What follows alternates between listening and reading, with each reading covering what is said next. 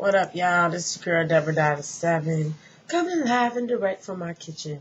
I was just talking about the devil energy, and I guess that's what I'm going to name the video. And I thought about something that has been going on with me. And I've had a problem with the Matrix, you guys. And for you spiritual people that know what I mean, it's like I recognize there's a system set up. I hate the fact that I have to function in the system. I have to go back to work. I'm probably going to go back to work in the next week because, for me, if I see the system for what it is and then I see a flaw in the system, I take advantage of the flaw because the system is set up. There's always a system set up within a system. And what I mean by that is if you reference the movie Matrix Reloaded, when they were going to see the architect and they were in the construct of the Matrix, the building that had the construct of the Matrix with all the doors in it, it had alarms on the doors and it triggered bombs in all of the floors of the building. But it was based on a system called electricity. Well, for me to stay at home based on a system of I put money into unemployment and I'm going to take my money back out. I always took breaks from working every couple of years. I've always been able to spend the majority of my time at home. I never worked full time for years and years and years because it's more important to me to teach my children. And I hate the way the system's set up. I hate the way it's set up that you spend more time at work than you do at home.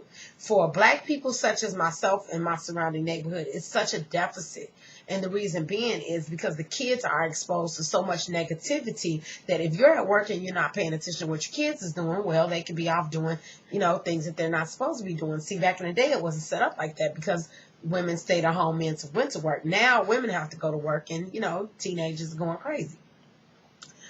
So it's quite, hypocritical to me to understand the nature of reality, but then have to function in it.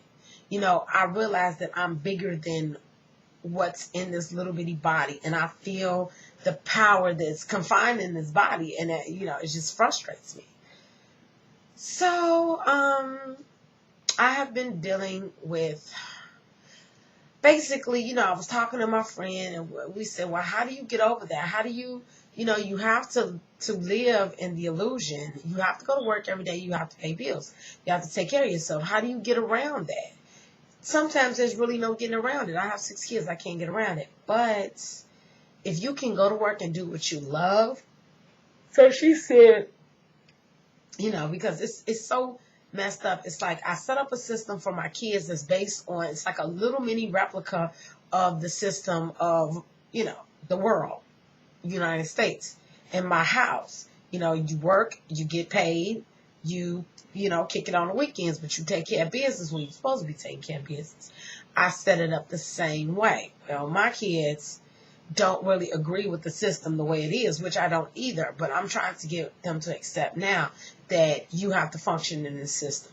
You have to function in the system because I have to function in this system.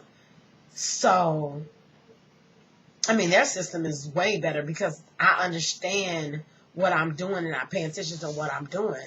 So, I try to make it as fair as possible. They don't have to function in the system that I have to function in, which basically says if you're too weird or you don't fit in or you don't wear your hair like everybody else or you don't kiss the boss's ass, that people hate you.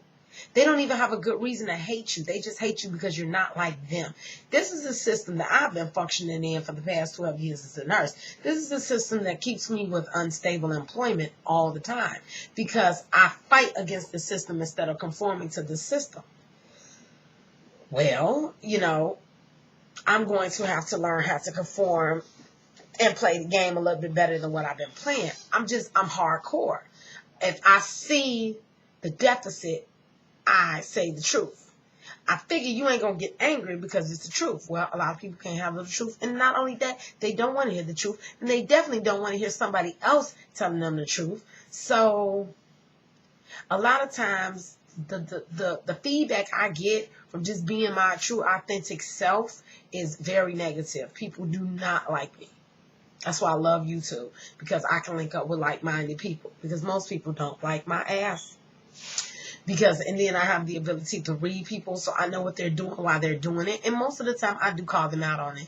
Don't play me. I am not the one to be played. My kids try to get over on me all the time, and I tell them I am not the one. But they, being children, still try. Anyway, so that's where I am in my spiritual journey. I am basically in a situation where I can't meditate like I used to raise my vibration. And my vibration, I'm going to upload the video about my vibration was lowered a couple of weeks ago. And I made a video about it, but I'm fine now.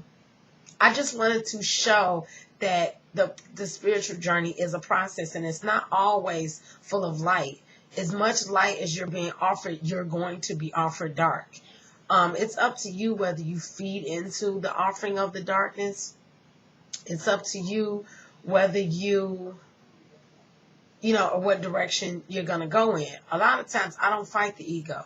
The reason I don't fight the ego is the more you fight the ego, the bigger the ego gets, which is bringing me to my next video. So, all right, you guys, thanks for listening. I tell y'all what I can't tell nobody else.